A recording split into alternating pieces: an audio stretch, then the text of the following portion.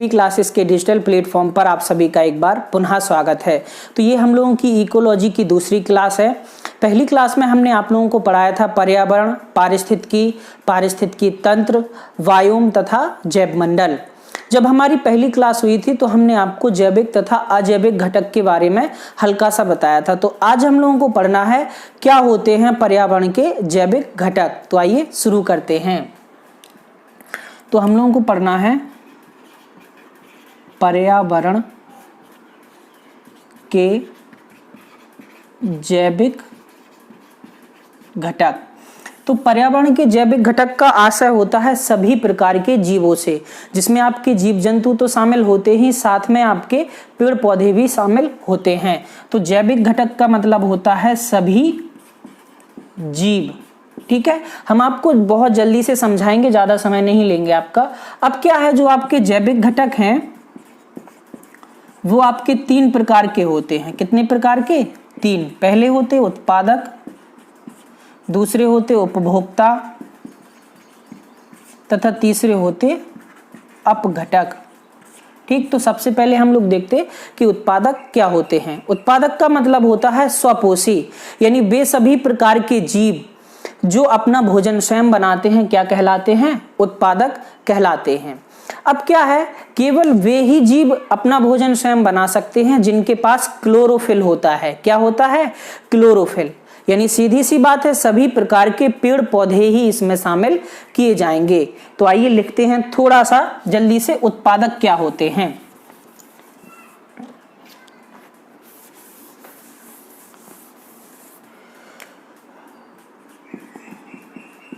उत्पादक तो वे सभी जैविक घटक जो अपना भोजन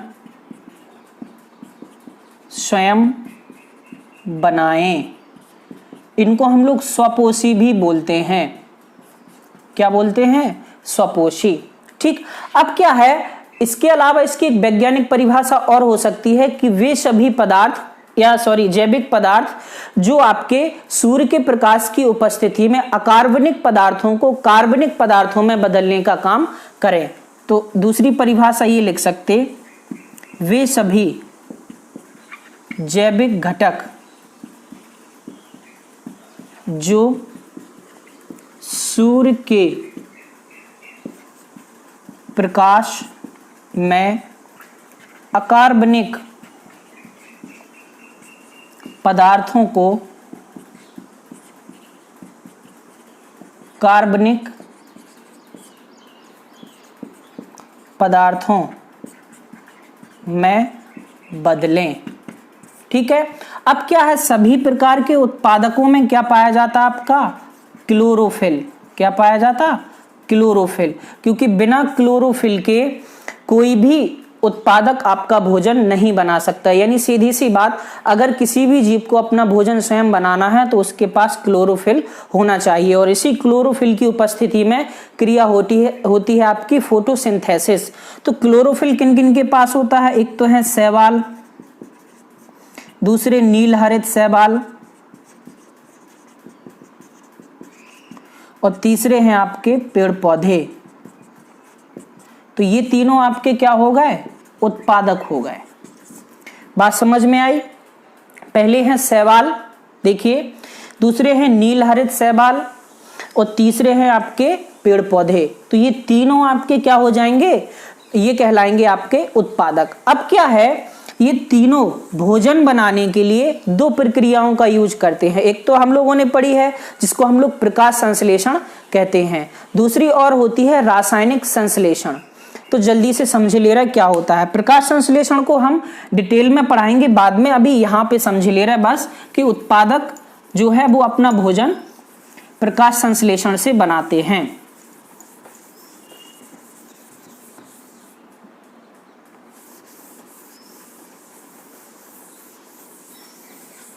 ठीक, तो यहां पे लिख सकते उत्पादक द्वारा भोजन दो तरीकों से बनाया जाता। पहला बनाया जाता प्रकाश संश्लेषण द्वारा, ठीक, प्रकाश संश्लेषण में क्या होता है, आपका होता है जल, ठीक है 12H2, और होता है आपका हाइड्रोजन, सॉरी कार्बन डाइऑक्साइड। और ये क्या करता, प्रकाश की उपस्थिति में, सूर्य का प्रकाश, ये जो प्रकाश संश्लेषण की क्रिया है, इसके बाद क्या बनता आपका ग्लूकोज और प्लस ऑक्सीजन।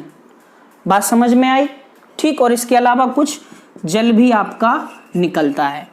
तो प्रकाश संश्लेषण की क्रिया में जल तथा कार्बन डाइऑक्साइड मिलकर प्रकाश संश्लेषण की प्रकाश की उपस्थिति में ग्लूकोज, जो कि एक प्रकार की आपकी ऊर्जा का रूप है, ग्लूकोज का निर्माण करते हैं। इसके अलावा हमें ऑक्सीजन भी मिलती है। तो पेड़ पौधे क्या होते हैं, इसी प्रकाश संश्लेषण की क्रिया द्वारा ही अपना भोजन बनाते हैं। और काय की उपस्थिति में, प्रकाश की उपस्थिति में। और इनके पास होता है क्या, क्लोरोफिल,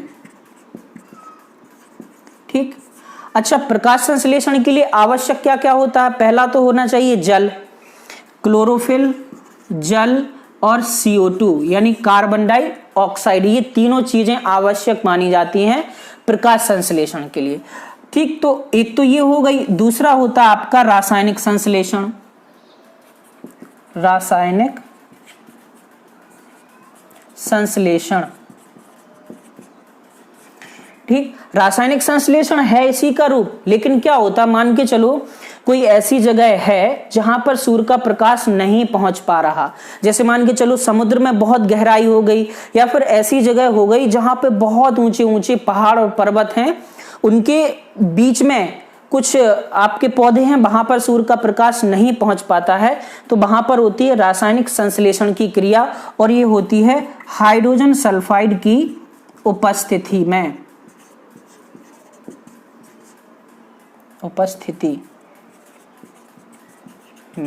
ठीक। तो उत्पादक द्वारा भोजन बनाने के हमारे दो तरीके होते हैं। कितने होते हैं, दो तरीके, ठीक है। तो आपको उत्पादक समझ में आए। उत्पादक का सीधा सा मतलब वे सभी जीव या जैविक घटक जो अपना भोजन स्वयं बना सकें, ठीक है। चलिए अब हम लोग देखते हैं आपके उपभोक्ता।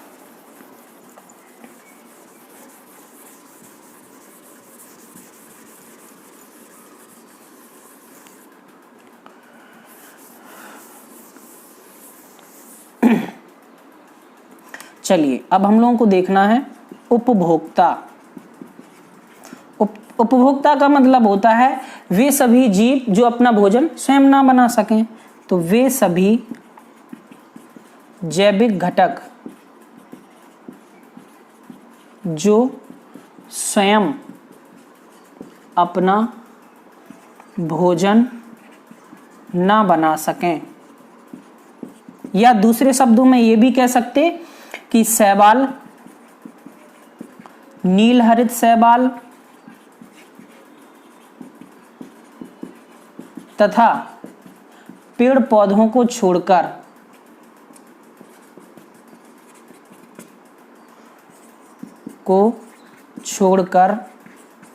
सभी जैविक घटक क्या कहलाते हैं, आपके उपभोक्ता कहलाते हैं, ठीक है।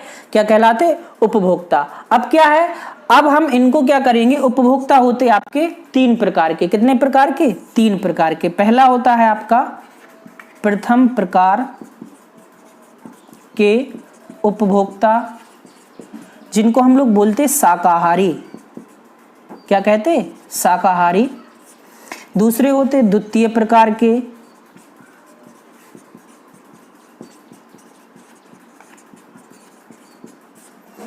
इनको हम लोग बोलते मांसाहारी। और तीसरे होते तृतीय प्रकार के, जिनको बोलते हम लोग शीर्ष मांसाहारी, शीर्ष मांसाहारी, ठीक है। तो ये तीन प्रकार के उपभोक्ता होते हैं। चलिए इनको देख लेते हैं जल्दी से कि क्या क्या इनमें आता है और कैसे हम लोग इनको अलग अलग रख सकते हैं, ठीक। तो सबसे पहले हम लोग देखेंगे प्रथम प्रकार के उपभोक्ता। चलिए यहीं से हम आपको समझा दे रहे हैं कि क्या होता है। चलिए देखिए, हमें पढ़ना है पहले प्रथम प्रकार के। प्रथम प्रकार के उपभोक्ता का मतलब होता है शाकाहारी, यानी वे सभी जीव या जैविक घटक जो अपना भोजन पेड़ और वनस्पति से प्राप्त करें क्या कहलाते हैं? प्रथम प्रकार के उपभोक्ता। और प्रथम प्रकार के उपभोक्ता में हम लोग किस किस को रख सकते हैं?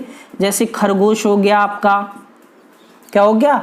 खरगोश, बकरी हो गया, ठीक, टिड्डा भी हो गया, यानी वो सभी जीव जो केवल और केवल पेड़ पौधों से अपना भोजन प्राप्त करें प्रथम प्रकार के उपभोक्ता कहलाते हैं। बात समझ में आई? इसको आप लिख लेना, हम यहाँ पे समझाए दे रहे हैं आपको, जैसे खरगोश, बकरी और टिड्डा। दूसरे प्रकार के उपभोक्ता में देख लीजिए आप, जैसे हम कहें दूसरे प्रकार के, तो दूसरे प्रकार का मतलब होता है वे सभी जैविक घटक जो प्रथम प्रकार के उपभोक्ताओं के भक्षण से अपना पेट भरें, यानी अपने भोजन के रूप में प्रथम प्रकार के उपभोक्ताओं को खाने का काम करें, द्वितीय प्रकार के उपभोक्ता कहलाते हैं। या सभी प्रकार के मांसाहारी द्वितीय प्रकार के उपभोक्ता में रखे जाते हैं। जैसे प्रथम प्रकार के उपभोक्ता को खाने का काम, जैसे कह सकते हैं आप बकरी को खाने का काम करते हैं, जैसे लोमड़ी हो गई। टिड्डे को खाने का काम कौन करता? मेढक हो गया, ठीक है। यहाँ पे हम लोग शेर को भी रख सकते, बाघ को भी रख सकते, लेकिन शेर और बाघ को हम लोग यहाँ रखेंगे तृतीय, क्योंकि वो लोग शीर्ष मांसाहारी में आते हैं। बात समझ रहे हैं? तो जैसे लोमड़ी हो गई, मेढक हो गए, और भी बहुत सारी चीजों को हम लोग रख सकते। सीधी सी बात, सभी प्रकार के मांसाहारी आपके द्वितीय प्रकार के उपभोक्ता में आते हैं। तृतीय प्रकार के उपभोक्ता की हम लोग बात करें अगर, तो इसमें आते हैं वो मांसाहारी जो प्रथम और द्वितीय प्रकार के उपभोक्ताओं को खाने के साथ साथ उच्च मांसाहारी कहलाएं तथा इनका मांस और कोई नहीं खाता। बात समझ में आई? तो तृतीय प्रकार के उपभोक्ता में हम लोग रख सकते हैं शेर, बाघ। बात समझ में आई? तो ये होगा आपके तृतीय प्रकार के उपभोक्ता। अब क्या है, तीनों प्रकार के उपभोक्ता जो हो गए उनको, जैसे उनकी मृत्यु होने के बाद जो बचा कुचा मांस होता है उनको साफ करने का जो काम करते हैं उनको भी हम लोग उपभोक्ता में ही रखते हैं, लेकिन उनको हम लोग कहते हैं मृतोपजीवी। क्या कहते हैं? मृतोपजीवी। बहुत सी पुस्तकों में क्या किया गया है, मृतोपजीवी को आपका अपघटक में रख दिया गया। कहां पर? अपघटक में। लेकिन मृतोपजीवी अपघटक में नहीं आते, ठीक। इसलिए इनको अगर आप कहीं किसी किताब में पढ़ें तो सही कर लेना। मृतोपजीवी क्या है आपके? मृतोपजीवी। चलिए, मृतोपजीवी क्या होते ये समझिए। जैसे मान के चलो आपका शेर या बाघ मर गया तो उसका जो मांस है वो मृतोपजीवी ही खाते हैं। जैसे कि हम लोग कह सकते कौवा, गिद्ध। बात समझ रहे ना? तो ये जो कहलाते हैं वो स्कैवेंजर्स, यानी इन्हें कहा जाता है प्रकृति का मेहतर। क्या कहते? मृतोपजीवी को हम लोग कहते प्रकृति का मेहतर। बात समझ में आई? और ये हमेशा उपभोक्ता में रखे जाते हैं। किस में रखे जाते? उपभोक्ता में। बहुत सी पुस्तकों में मृतोपजीवी को अपघटक में रखा है, तो अपघटक थोड़ी है। अपघटक का मतलब होता है वो जीव या जैविक घटक जो कार्बनिक पदार्थों को अकार्बनिक पदार्थ में बदलने का काम करे। बात समझ में आई? वो, लेकिन ये थोड़ी ना अकार्बनिक पदार्थों में बदल रहा है, ये तो डिसॉल्वेशन यानी इनको साफ करने का काम कर रहा है। तो मृतोपजीवी को भी हम लोग काय में रखेंगे? उपभोक्ता में।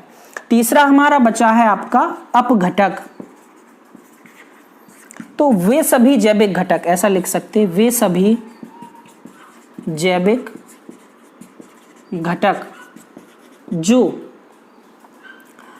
सभी कार्बनिक पदार्थों को अकार्बनिक पदार्थ में बदलें, क्या कहलाते आपके? अपघटक कहलाते हैं। जैसे आपके विभिन्न प्रकार के बैक्टीरिया हो गए, बैक्टीरिया, ऐसा कर लो, बैक्टीरिया। कवक हो गए, ठीक है। ये क्या करते, जैसे मान के चलो किसी शेर की डेड बॉडी पड़ी है तो धीमे धीमे उस डेड बॉडी को खाने का काम किसने किया, मृतोपजीवी ने, लेकिन उसकी हड्डियां तो रह गई, तो हड्डियों को गलाकर मिट्टी में मिलाने का जो काम करते हैं वो कहलाते हैं आपके अपघटक, साधारण सी भाषा में अगर समझा जाए तो। ठीक है, तो ये हो गए आपके पर्यावरण के जैविक घटक। यहाँ पे देखिए हमने आपको सभी प्रकार के जैविक घटकों का एक पिरामिड दर्शाया है। इससे आप बहुत अच्छे से समझ सकते हैं कि प्रथम प्रकार के उपभोक्ता, द्वितीय प्रकार के उपभोक्ता और फिर तृतीय प्रकार के उपभोक्ता। ठीक, और फिर वो आके आपके काय में कन्वर्ट हो गए, अपघटक में कन्वर्ट हो गए। ठीक है, तो ये थे हमारी पर्यावरण से संबंधित जैविक घटक की क्लास। आज के लिए इतना ही, धन्यवाद।